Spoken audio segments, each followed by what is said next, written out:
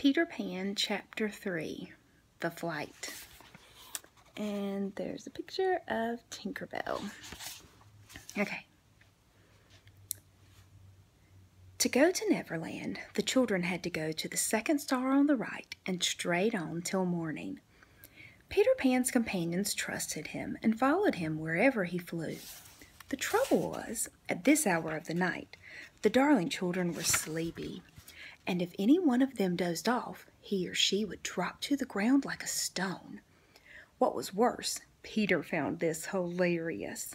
After all, he could sleep in the air without falling. Here's a picture of them all flying.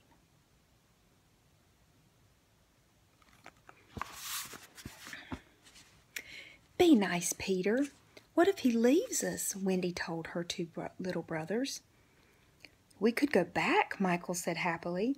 How would we ever find our way back without him? Well then, we could go on, said John. This is the awful thing, John. We just have to go on, for we don't know how to stop. Here's the picture.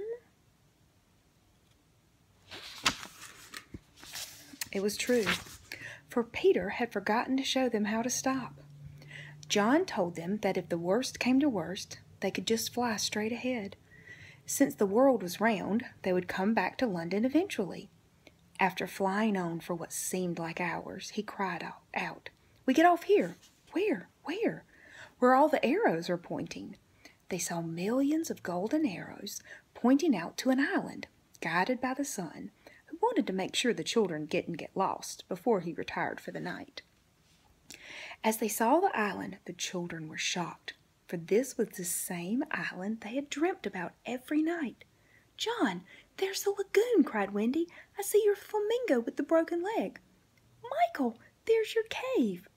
"Wendy, there is your wolf with her cubs in the bushes." "John, I see smoke over the redskin camp," said Wendy. All this time, Peter grew annoyed that they knew so much about his island. As he guided them lower, he whispered to John, "Would you like to have an adventure, John, or would you like to have your tea first?" John hesitated. "What kind of adventure?" he asked cautiously. "There's a pirate asleep in the pampas just beneath us," Peter told him. "If you would like, we'll go down and kill him." "I don't see him," John said after a long pause. "I do." "What if he woke up?"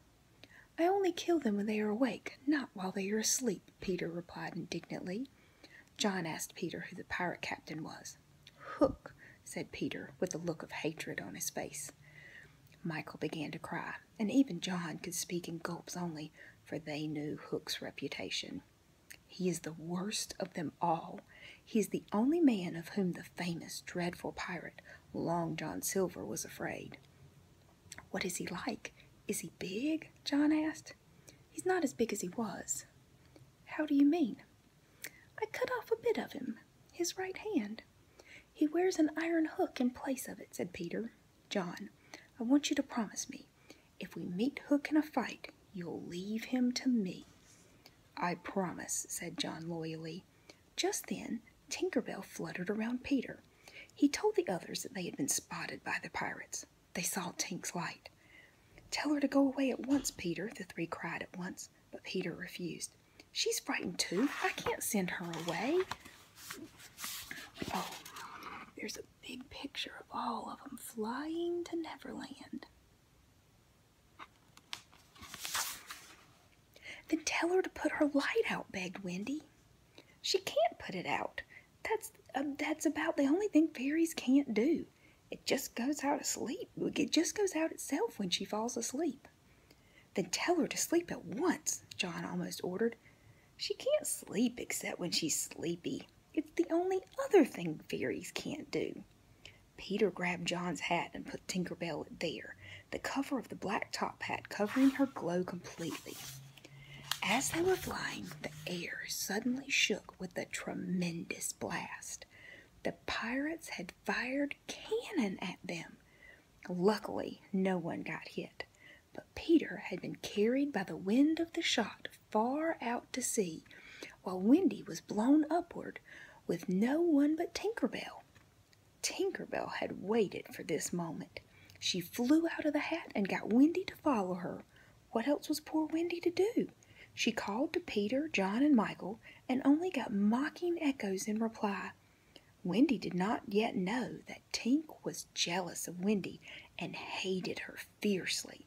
And now, staggering in her flight, she followed Tink to her doom.